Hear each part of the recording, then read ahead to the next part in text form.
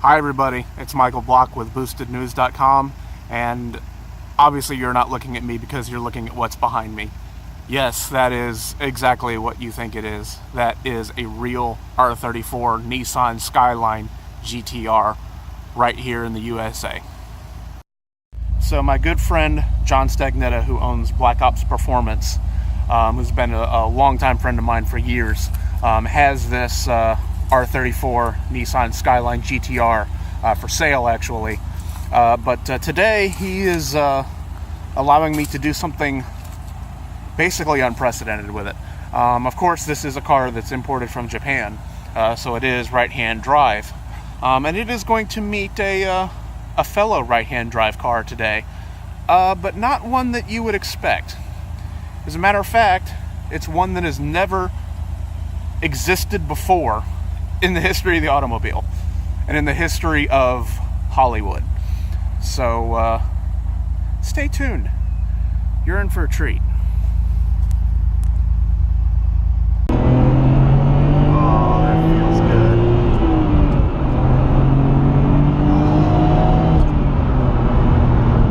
That, ladies and gentlemen, is not a sensation you get every day. Yeah, I should also add that that you get looks in this car. I just got a thumbs up from a guy in a brand new Tesla Model S. No joking. I just got a thumbs up from a guy. He literally slowed down to give me a thumbs up. All right. Whoa. Yeah. Okay. That's one thing I definitely want to put on the table as soon as I can. If you've never driven a JDM Nissan Skyline GT-R before, let me tell you something right off the bat about them. They are deceptively fast. What I mean by that is they make you feel like you're going slower than you actually are. The chassis is so stable and so sorted out on Skyline GT-Rs that you'll think you're going, I don't know, say 60, 70 miles an hour, and you're doing almost 90, which I was. I shouldn't be saying that on film, but that's what I hit. So yeah, when you drive one of these, you definitely have to pay attention to your speedometer if you're driving on the street, because they will lull you into not a false sense of security, it's a legitimate sense of security, but they will they will skew your perception, should I say, on speed. I'm not going to get into too much of the nitpicky details about driving a right-hand drive car in the United States, because there's plenty of videos out there that you can get, you can get the basics of it. Obviously, you have to shift with your left hand. You've never done it before, second to third can be a little bit tricky. That might take a little bit of practice. And of course, your wipers and your, your wipers and your turn signals are opposite, so you'll have to get used to that as well. Now, as for this particular R34 Nissan Skyline GT-R, I don't know what year it is. Anyone who knows anything about these knows it's not 25 years old.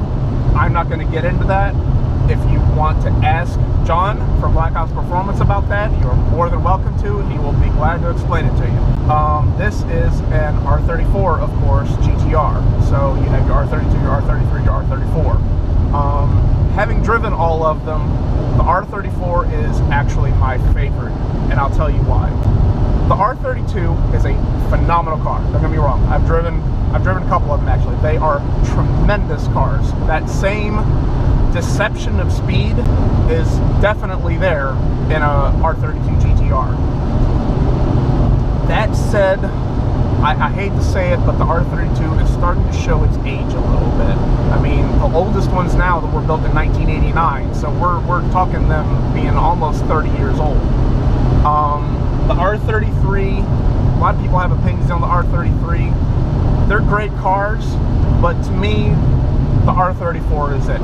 When Nissan came out with the R34, they did way more than just update the R33. It's a completely different, it's a completely new chassis, it's a completely new suspension, and you can feel that difference when you drive them.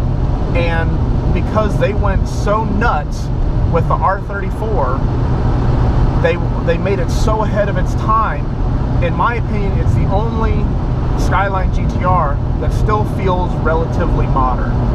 Keep in mind, R34s were built between 1998 and 2002, if I remember correctly. If someone can step in and tell me if I'm wrong, but so even they're, you know, at least 15 years, 14, 15 years old now, but they still feel modern.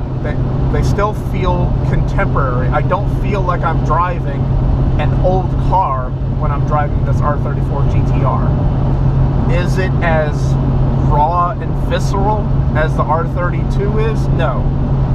It's a little heavier. The ride's a little bit more comfortable. It's a lot less punishing of a car to drive, say, on a day-to-day basis. But to me, it's so much nicer of a car to drive that I would be willing to sacrifice a little bit of that raw edginess to have one of these instead.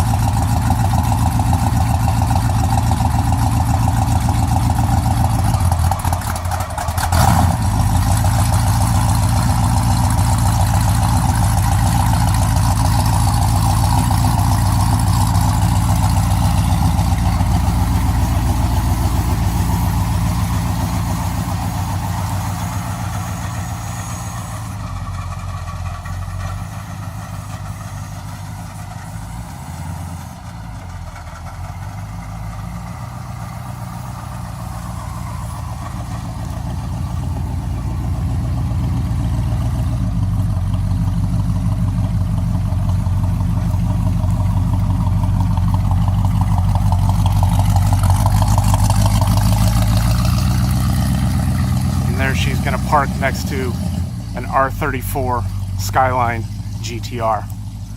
This is just, I can't believe this is happening right now. Right in front of my face.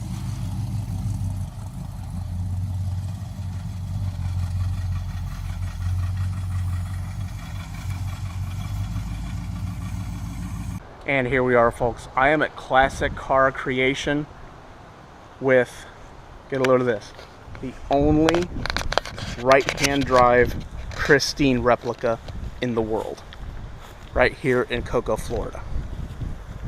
You can see it is 100% movie correct.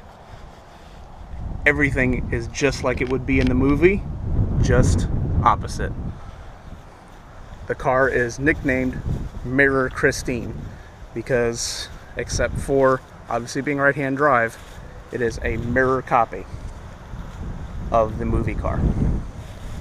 And here it is next to the Black Ops Performance R34 Skyline GT-R.